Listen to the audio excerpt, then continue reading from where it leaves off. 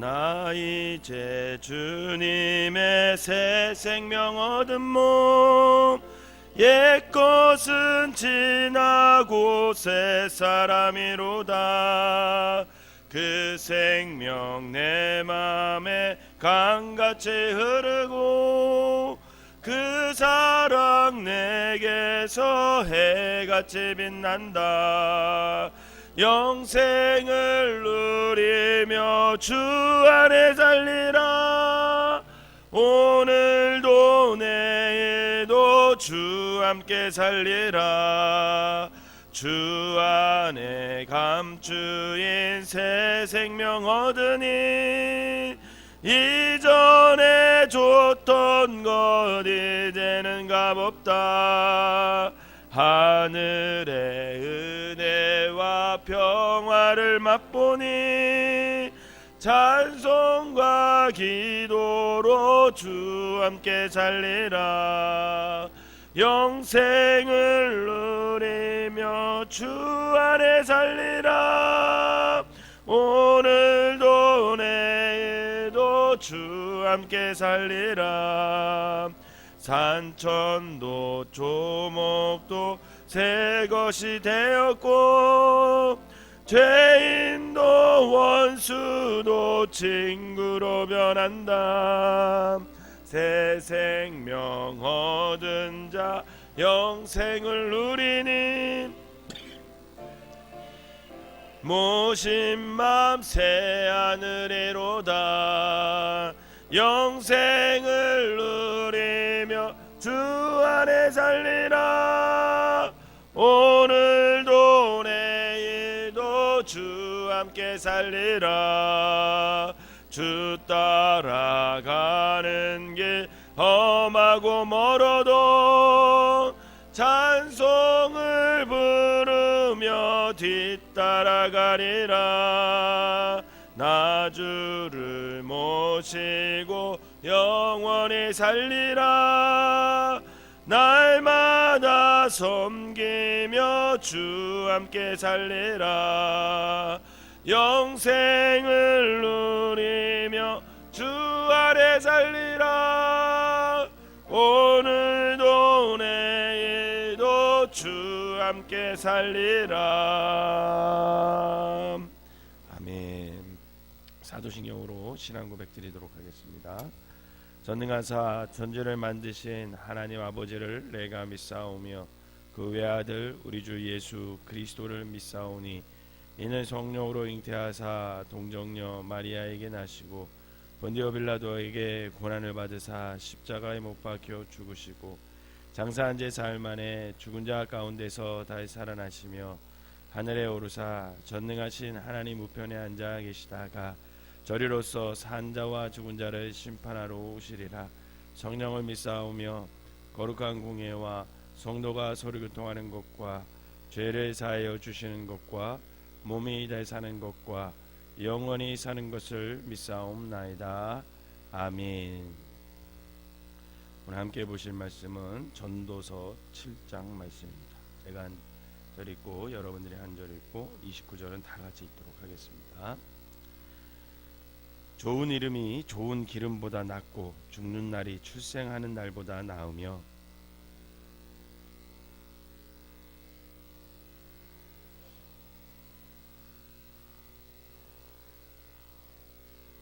슬픔이 웃음보다 나음은 얼굴에 근심하는 것이 마음에 유익하기 때문이라.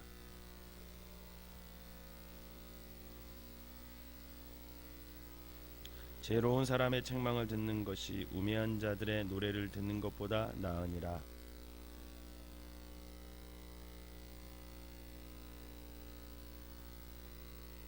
탐욕이 지혜자를 우매하게 하고 뇌물이 사람의 명철을 망하게 하느니라.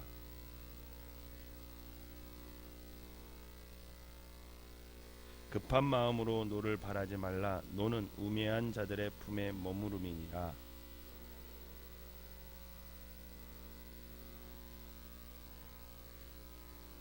지혜는 유산같이 아름답고 햇빛을 보는 자에게 유익이 되도다.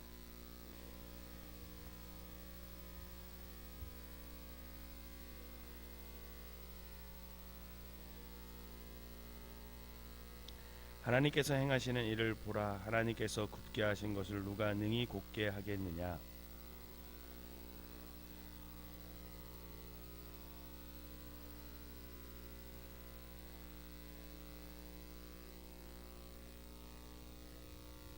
내 허무한 날을 사는 동안 내가 그 모든 일을 살펴보았더니 자기의 의로움에도 불구하고 멸망하는 의인이 있고 자기의 악행에도 불구하고 장수하는 악인이 있으니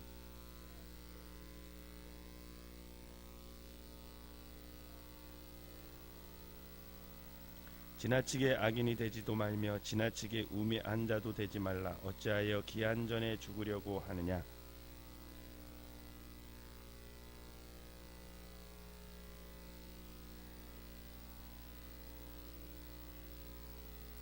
지혜가 지혜자를 성읍 가운데 있는 10명의 권력자들보다 더 능력 있게 하느니라.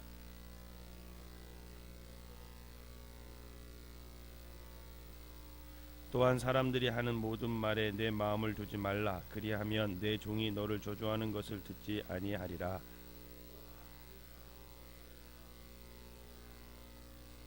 내가 이 모든 것을 지혜로 시험하며 스스로 이르기를 내가 지혜자가 되리라 하였으나 지혜자가 나를 멀리하였도다.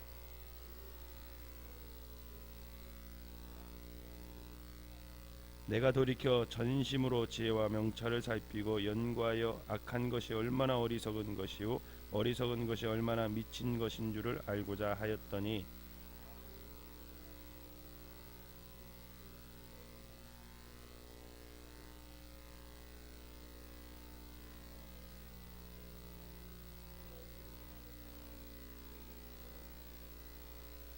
전도자가 이르되 보라 내가 낱낱이 살펴 그 이치를 연구하여 이것을 깨달았노라.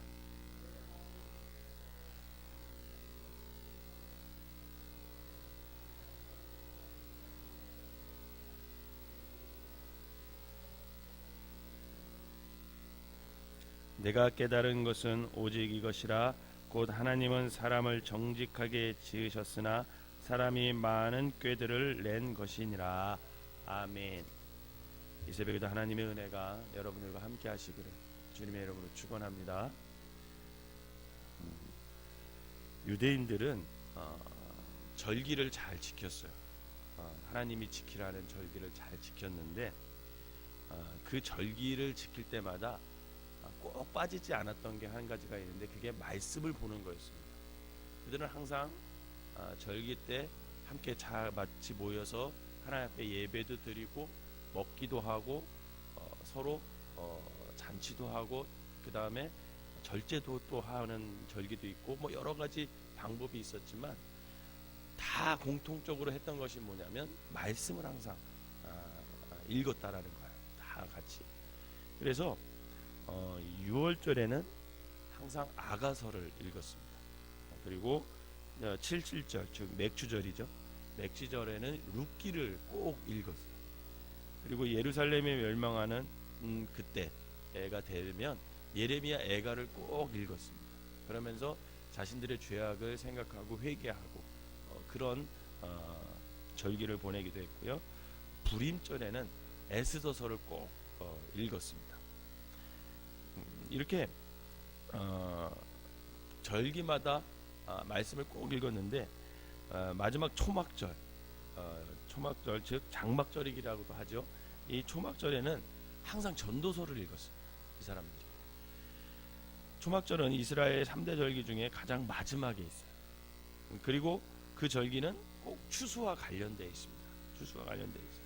그래서 전도서는 인생의 마지막에 있는 사람의 시선으로 이렇게 이 전도서를 읽어보면 그 의미가 훨씬 좀 더 뚜렷하게 다가오게 될 것이고 그 말씀이 자신을 비추는데 아주 선명한 거울처럼 다가오게 됩니다. 더 구체적으로 좀 말씀드리면 인생을 1년 또는 한 달을 남겨둔 사람 아니면 정말 인생을 다 보내고 죽음을 앞에 둔 사람이 이 전도서를 읽으면 저절로 이 말씀이 깨달아지는 그런 역할을 하는 거죠. 전도서는 총 12장으로 구성되어 있는데 이것을 양분을 하게 되면 1장부터 6장까지, 어저께 우리가 6장까지 봤죠. 그 6장까지를 한 부분으로 나눌 수 있고 7장부터 12장까지를 한 부분으로 나눌 수 있습니다. 그래서 1장부터 6장까지 전반부의 총 주제가 뭐냐면 해 아래서의 삶은 다 허무하다라는 거예요. 자기가 살아보니까 왕으로서 살아보니까 해 아래의 삶은 다 허무하다, 이것을 얘기하고 있고, 그러면서 그러면 허무로만 끝나는 것이냐? 아니라는 거예요. 7장부터 12장은 결국은 해 위의 삶에는 지혜로운 삶이 된다, 이런 얘기를 합니다. 허무에서 시작을 하지만 결국은 하늘의 것을 품고 하늘에 있는 하나님의 말씀대로 살면 결국은 너희 인생은 허무한 게 아니라 지혜의 삶을 살게 되는 것이야, 이런 얘기를 하는 겁니다. 그래서 그 중에서도 오늘의 말씀은, 이 7장은 참 지혜의 길이 살려면 어떻게 살아야 되냐, 그런 거에 대해서 쭉 서술해 놓은 것이 사실 오늘 말씀입니다. 그래서 여러분들이 사실 7장을 쭉 읽다 보면 좋은 말씀들이 많이 나와요. 지혜의 삶은 이런 것이다.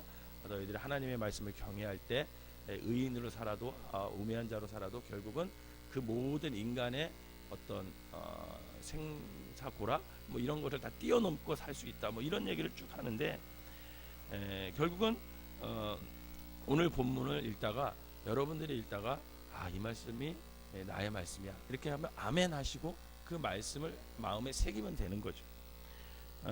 본문을 네 부분으로 나눌 수 있어요.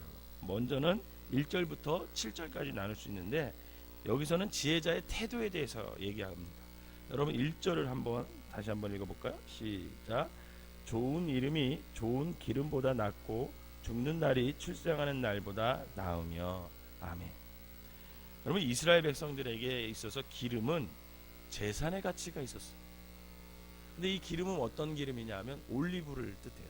사실은 나중에 이스라엘 가실 일이 있으면, 기회가 있으면 꼭 가보시는데 거기는 다 올리브 나무가 심겨져 있어요. 가는 곳마다 올리브 나무가 심겨져 있습니다. 그래서 이 기름에는 재산의 가치가 있었을 뿐만 아니라 식용, 그 다음에 약용, 뭐 이런 거로 다양하게 사용하였습니다.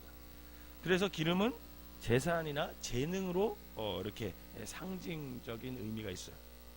그래서 어쩌면 생의 순간순간 살아오면서 어떤 소유나 재능이 이름보다 더 중요하게 여겨질 때가 있습니다. 그러나 인생의 긴 안목으로 보면, 또 생을 다 산 사람이 죽음을 앞에 둔 사람이라면 사실 좋은 이름을 갖는 것이 다른 어떤 것을 소유하는 것보다도 훨씬 더 가치 있다라는 것을 깨닫게 된다라는 겁니다. 그래서 우리의 삶은 사실은 이름을 남기는 것에 우리의 인생의 목적을 둬야 된다라는 거죠. 바라기는 저와 여러분들이 하나님께서 기억할 만한 선한 이름, 아름다운 이름을 남기시기를 주님의 이름으로 부탁을 드립니다. 그러면서 4절에 이렇게 증거합니다. 4절 읽어볼까요? 시작. 지혜자의 마음은 초상집에 있을 때 우매한 자의 마음은 혼행집에 있느니라. 아멘. 마음이 편하기로 하면 사실 결혼식이 편하죠. 마음이 편하기로 하면 결혼식이 편해요. 모든 사람들이 결혼식에 가면 다 웃어요. 먹을 것도 풍성하죠. 저는 어렸을 때 저희가 5남매였는데 저희 큰 누나 결혼식 때 제가 초등학생이었어요. 나이 차이가 많이 납니다. 결혼식에 초등학생이었는데 그때 생각나는 게, 시골이니까 결혼식을 어디서 했냐? 집에서 했어요.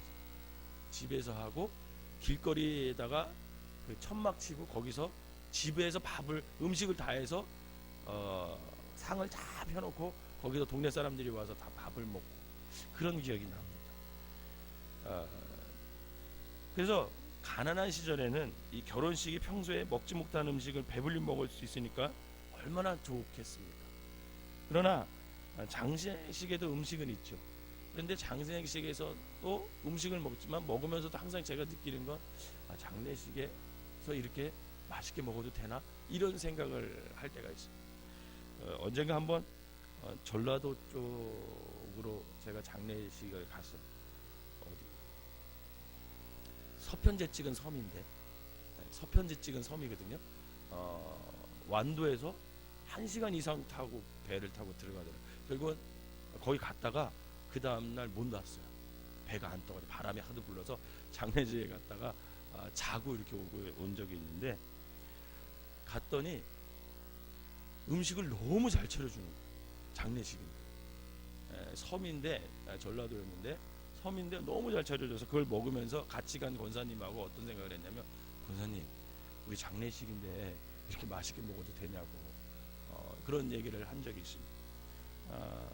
사실 마음이 다르잖아요. 결혼식과 초상집, 마음이 편하기로는 사실은 결혼식이 훨씬 기쁜 마음으로 갈 수 있지 않습니까?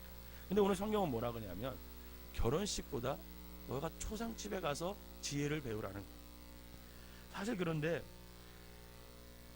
장수를 누리고 세상을 떠나면 그래도 낫지만, 어린 자식을 두고 세상을 떠났다든지 어린 자녀를 잃었다든지 하면 가서 무슨 말을 해야 될지 잘 모르겠어요. 그리고 친하던 친구가 세상을 떠났을 때 내가 지금 이렇게 살고 있는 것이 잘 살고 있는 것이 맞는지, 나에게 죽음이 불현듯 찾아오면 나는 내 인생을 잘 살았는지, 뭐 그런 고민에 빠지게 됩니다. 제 나이대가 사실 죽을 나이대는 아니잖아요, 그죠? 평균적으로 이렇게 생각할 때.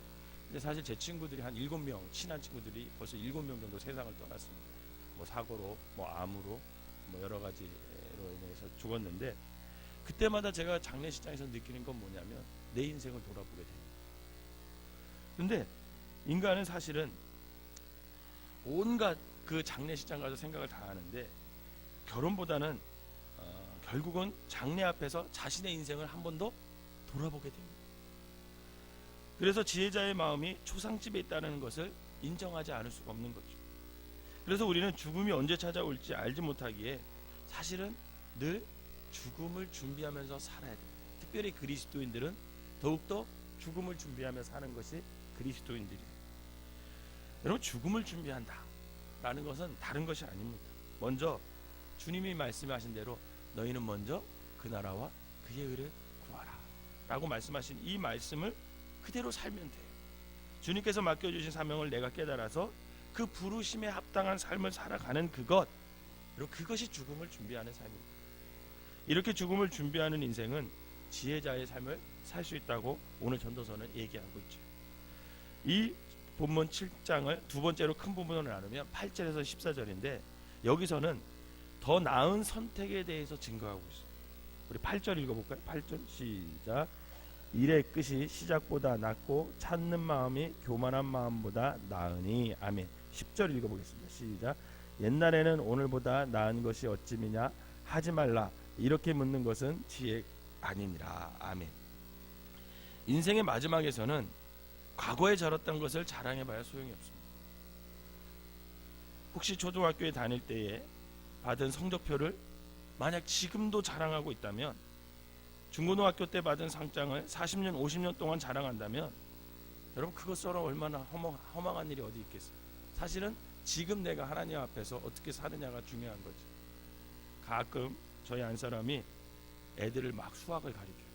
수학을 막 가르치다가 애들이 잘 못 알아듣잖아요. 그럼 애꿎은 저를 탓하. 제가 옆에 이렇게 앉아있으면 당신 초등학교 때 공부 못했지? 그리고 저한테 물어봐요. 그러면 못했거든요. 그 딱 들으면 확 찔려요, 마음이. 마음이 찔려가지고 못했다고. 그러나 지금은 잘한다. 내가 그때는 못했지만 지금은 잘한다. 이따금씩 과거의 아련한 추억은 이따금씩은 사로잡힐 필요는 있어요. 그러나 그것은 정말 가끔이어야 합니다. 생의 마지막이 가까울수록 우리는 하나님 앞에 우리가 어떻게 서야 될지를 생각하면서 오늘 하루, 이 현재를 내가 하나님 앞에서 어떻게 바로 설 것인가, 그거에 대해서 고민하고 그 하루를 한 걸음 한 걸음 하나님의 뜻에 맞는 발걸음을 걸어가야 된다는 거죠. 그러면서 12절에 이렇게 증거해요. 12절 한번 읽어볼까요? 시작. 지혜의 그늘 아래에 있음은 돈의 그늘 아래에 있음 같으나 지혜에 관한 지식이 더 유익함은 지혜가 그 지혜 있는 자를 살리기 때문이다. 아멘. 이거 표준 세번역으로 보면 이렇게 기록되어 있어요. 돈이 사람을 보호하듯 지혜도 사람을 보호한다.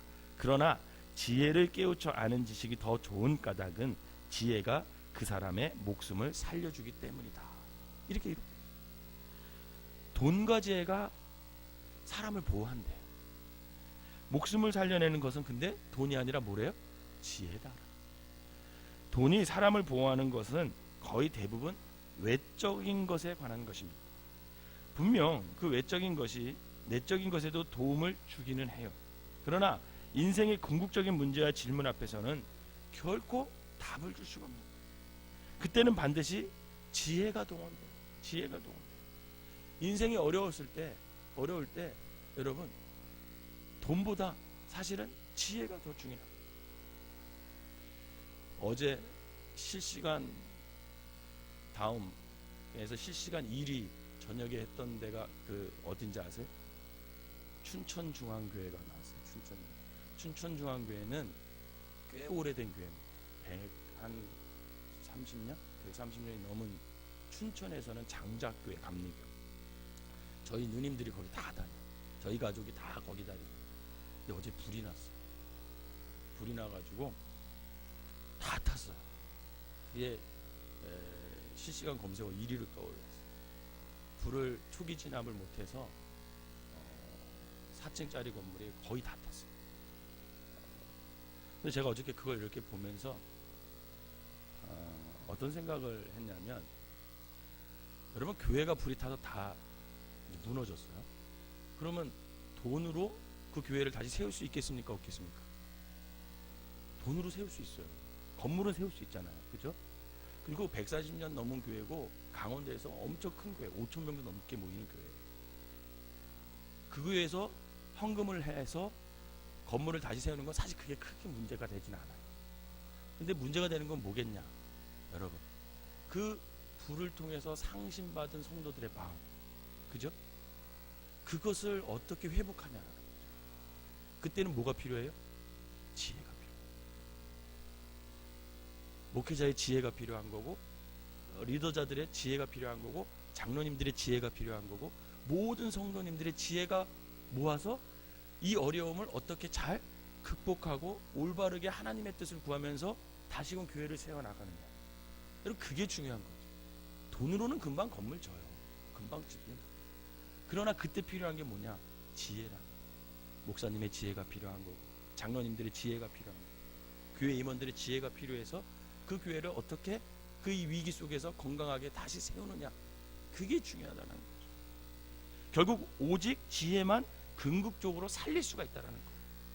그리고 그 지혜는 오직 어디서부터 오냐? 위로부터 오냐? 위로부터.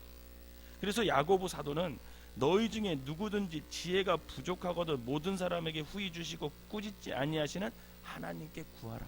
그리하면 주시리라. 여러분, 믿으시기를 바랍니다.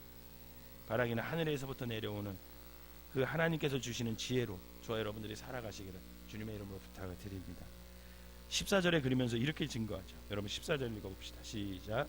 형통한 날에는 기뻐하고 곤고한 날에는 되돌아보아라. 이 두 가지를 하나님이 병행하게 하사 사람이 그의 장래일을 능히 헤아려 알지 못하게 하셨느니라. 아멘. 하나님은 우리의 삶에 형통과 곤고를 다 함께 주신대. 하나님이 무능하셔서가 아니라 우리를 충분히 인도하실 수 있기 때문에 그렇다라는 거예요. 우리가 미래를 안다면 어쩌면 우리는 더 씩씩하게 살 수 있겠죠. 그죠? 그러나 꼭 그렇지만은 않아요. 여러분, 섭리라는 말 아시죠? 어떤 일이 있을 때 우리 신앙인들이 자주 말하는 섭리. 무슨 일이 터지면 그래도 이거 다 하나님의 섭리 안에 있어, 이렇게 얘기하잖아요. 그때 쓰는 섭자 한문으로 쓸 때 어떻게 쓰냐면 손변자에다가 귀자 3개를 붙여놨습니다. 이 섭자는 단기다, 뭐 쥐다 이런 뜻이거든요. 근데 그 한문을 보면 그 섭자에 손변을 왼쪽에다 쓰고 귀자를 3개를 이렇게 붙여놓은 게 섭자예요. 이게 무슨 뜻이냐면 많이 들으라는 거예요. 충분히 들으라는 거예요. 그리고 잡으라는 거예요, 손으로. 신앙이라고 하는 것은 하나님께서 행하시는 일을 듣는 겁니다. 하나님께서 말씀하시는 것을 듣는 거예요. 귀로 듣고 마음으로 듣고 몸으로 듣는 것이 그게 신앙이에요. 또 과거를 듣고 현재를 듣고 미래를 들어야 돼요. 그것이 깊은 신앙의 지혜입니다. 그렇게 듣고 들어서 우리가 하나님의 섭리 안에서 이게 하나님이 뜻하시는 거야 하면서 잡아내는 것, 여러분 그게 지혜예요. 저는 이 섭리 안에서 여러분들이 지혜로운 삶을 살아가시기를 주님의 이름으로 부탁을 드립니다. 세 번째 부분에서 15절에서 22절인데 여기서는 절제와 바른 선택에 대해서 얘기하고 있어요. 여러분 18절 한번 읽어보겠습니다. 시작. 너는 이것도 잡으며 저것도 내 손을 놓지 아니하는 것이 좋으나 하나님을 경외하는 자는 이 모든 일에서 벗어나 것임이니라. 아멘. 인생을 살다 보니까 이해가 되지 않는 일이 많이 있어요. 그죠? 이해가 되지 않는 일이 많이 있어요. 그리고 15절에 있는 것처럼 의롭게 살아도 망하는 사람이 있는가 하면 악하게 살아도 망하지 않고 끝까지 그냥 잘 사는 사람들이 있더라고요. 대우조선 사태 이렇게 보면서 저번에 뉴스를 보는데 그 대우조선에 있는 어떤 차장이면 그렇게 높지 않아요. 대우조선 안에서는 임원도 아니에요. 차장이에요. 차장인데 자재 담당했대. 자재 담당. 근데 이 자재 담당하는 사람이 장부 조작하고 막 이렇게 해가지고 근무하는 동안 얼마를 횡령했는지 아세요? 한 260억을 횡령했어요. 260억. 여러분 260억 벌을 수 있으세요? 그거 평생 가도 못 보는 돈이에요. 근데 그 돈을 횡령해가지고 또 가정 안사람 몰래 내연녀도 줬어. 그 내연녀 아파트도 사주고 한 달 용돈 3천만 원씩 줬어. 여러분 한 달 용돈 남편한테 3천만 원씩 받아보셨어요? 없으시죠? 그런 기사 보면 되게 허무하잖아. 그런 거 보면 하나님 말씀대로 사는 거, 우리 이거 잘 사는 거 맞아? 이런 생각 진짜 허무할 때 있잖아요. 여러분 세상에 이렇게 보면은요, 정말 내가 의롭게 사는데 일이 안 풀려. 그런데 어떤 기사 같은 거 그런 거 막 보면 정말 악한 짓 그렇게 많이 하는데도 불구하고 떵떵거리고 잘 사는 사람. 저번에 어떤 통계조사 제가 보고 깜짝 놀랐어요. 여러분들이 만약에 사기를 쳐서 어떤 불의를 저질러서 돈을 몇 억을 받고 수 있다. 그런데 그것이 걸려서 1년 동안 감옥에 들어가서 살게 되면 감옥에 들어가서 살 용의가 있냐? 그렇게 물어봤거든요. 그러면 만약에 나에게 몇 억 준다면 나는 언제든지 1억 몇 억 주면 감옥에 들어가서 살 수 있는 의욕이 있다. 갔다 나와서 잘 살면 되니까. 그렇게 대답하는 사람이요 70% 80%. 여러분 그게 뭡니까? 이 땅에서의 삶이 중요하다고 여기니까 그래요. 그러나 그리스도인들은 그렇게 억울한 상황에 있을지라도 의인이 고통받고 악인이 형통하고 이런 고통받는 상황 속에서도 여러분 한 가지 취할 태도가 오늘 본문에 나와요. 그게 뭐냐면 하나님을 경외하라. 그러면 흔들리지 않는다. 하나님을 경외하는 마음이 내 중심에 있잖아요. 그러면 그런 억울한 상황을 봐도 내가 손해보는 상황 같을지라도 그게 크게 나한테 뭐 나를 요동하거나 나의 인생 가치를, 나의 신앙의 삶의 태도를 흔들 수 없다라고 얘기하는 거예요. 세월이 지날수록 인생의 연륜이 깊어질수록 더 분명해지는 것은 뭐냐면 우리가 선택을 해야 될 때 하나님을 선택하잖아요. 그러면 후회함이 없다. 이처럼 하나님을 내 중심으로 존중하는 사람만이 모든 것을 여러분 뛰어넘을 수 있습니다. 하나님을 경외하는 사람이 세상에서는 악하게 살아서 저 사람이 형통한일지라도 그것이 나에게 큰 영향을 주지 않아요. 왜? 이 세상이 끝이 아니니까. 하나님을 경외하다 보면 결국 우리의 삶은 결국은 나중에 천국의 삶, 심판 앞에 하나님 보시기에 의로운 사람으로 인정받게 될 거니까 그것이 우리에게 아무 영향이 안 된다라는 거죠. 그러므로 우리가 어떤 상황에 처하든지 하나님을 존중하는 삶, 이 삶을 살아내는 저 여러분 되시기를 주님의 이름으로 부탁을 드립니다. 마지막 네 번째 부분은 23절에서 29절이에요. 여기에는 지혜가 무궁하다라는 거예요. 지혜의 무궁에 대해 전도자는 궁극적인 지혜를 찾는 것이 정말로 어렵다고 말하면서 인생에 대해서 깨달은 것을 이렇게 고백해요. 여러분 29절을 한번 읽어보겠습니다. 시작.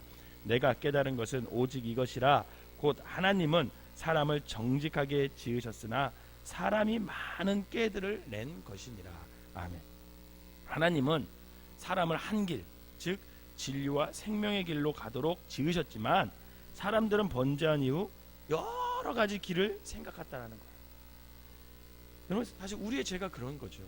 하나님께서는 우리에게 바른 길을 가르쳐 주셨는데 우리는 끊임없이 제3의 길, 제4의 길을 자꾸만 찾으려고 해요. 그래서 오죽하면 예수님께서 나는 길이요 진리요 생명이다 이렇게 맞아. 주님이 길이라고 했잖아요. 근데 세상 사람들은 자꾸만 다른 길을 찾으려고 해요. 하나님께서는 그것이 아니라고 말씀하셔도 우리는 그것이 더 낫다 생각하고 자꾸만 다른 길로 갑니다. 그런데 결국 세월이 지나보면 하나님이 옳았다라는 것을 인정할 수밖에 없는 거죠. 하나님께서 분명 우리를 정직하게 인도하실 줄 믿으시기를 바랍니다. 여러분 돈 앞에서도 하나님은 우리를 정직하게 인도하십니다. 여러분들의 마음속에 항상 두 가지 마음이 있을 거예요. 하나는 돈 앞에서 정직하게, 하나는 돈 앞에서 정말 내가 이익이 되면 에이 잠깐 그리스도인인 거 잊어. 이 두 마음이 왔다 갔다 할 거예요. 그러나 우리는 하나님이 인도하시는 정직한 길로 행하는 사람, 이게 하나님의 사람들이죠. 또 관계 속에서도 모든 상황 속에서도 하나님은 우리를 정직하게 인도하실 줄 여러분 믿으시기를 바랍니다. 그때 저와 여러분들이 정직하게 순종하시기를 바랍니다. 사랑하는 성도 여러분, 우리 앞에는 언제나 인간의 지혜 또는 나의 지혜와 하나님의 지혜가 놓여 있어요. 무엇을 선택할지 우리는 자유예요. 그것은 여러분들 각자가 선택하는 거죠. 그러나 그 결과도 고스란히 우리의 삶에 남게 된다라는 거죠. 바라기는 오늘 하루도 매 순간 성령의 도우심으로 바른 선택을 하는 날이 되셔서 지혜자의 삶을 살아내는 아름다운 삶들이 되시기를 주님의 이름으로 축원합니다. 기도하겠습니다. 사랑과 은혜가 충만하신 하나님 아버지, 우리는 언제나 장례식보다는 결혼식이 더 좋고 지혜보다는 재물을 더 선택하고 형통할 때는 즐거워서 아무런 생각을 하지 못하고 공고한 날에는 비관과 절망으로 또 아무 생각하지 못하는 그런 연약한 존재들임을 이 시간 인정합니다. 하나님께서 우리에게 원하시는 길이 무엇인지를 잘 알면서도 내 나름대로의 길을 선택하고 또 후회하고 하나님을 원망할 때가 얼마나 많은지 모릅니다. 하나님께서 행하시고 말씀하시는 것에 우리의 길을 기울여 열게 하여 주시옵소서. 하나님이 말씀하시고 하나님이 인도하시는 것을 듣고 또 들어서 아버지 하나님의 섭리 안에서 옳은 것을 진리를 선택할 줄 아는, 손에 잡을 줄 아는 진리의 사람들, 지혜자의 사람들이 되게 하여 주시옵소서. 그리하여 우리의 과거와 현재와 미래가 모두 하나님의 손에 아버지가 있음을 알고 우리의 삶이 온전히 하나님께만 올려지는 귀한 삶들이 되게 하여 주시옵소서. 오늘 하루도 하나님께서 또 허락하여 주셨는데 이 하루를 살아갈 때 내 뜻대로, 내 고집대로, 내 방법대로 살아가는 것이 아니라 하나님께서 인도하시는 대로, 성령님께서 인도하시는 대로 순종하며 나아갈 수 있는 지혜자들이 모두 될 수 있도록 축복하여 주시옵소서. 아버지 하나님께서 우리와 함께 하실 걸 믿고 늘 기도로 하나님 앞에 나아갈 수 있는 믿음의 사람들 되게 하여 주시옵소서. 예수님의 이름으로 기도하옵나이다. 아멘.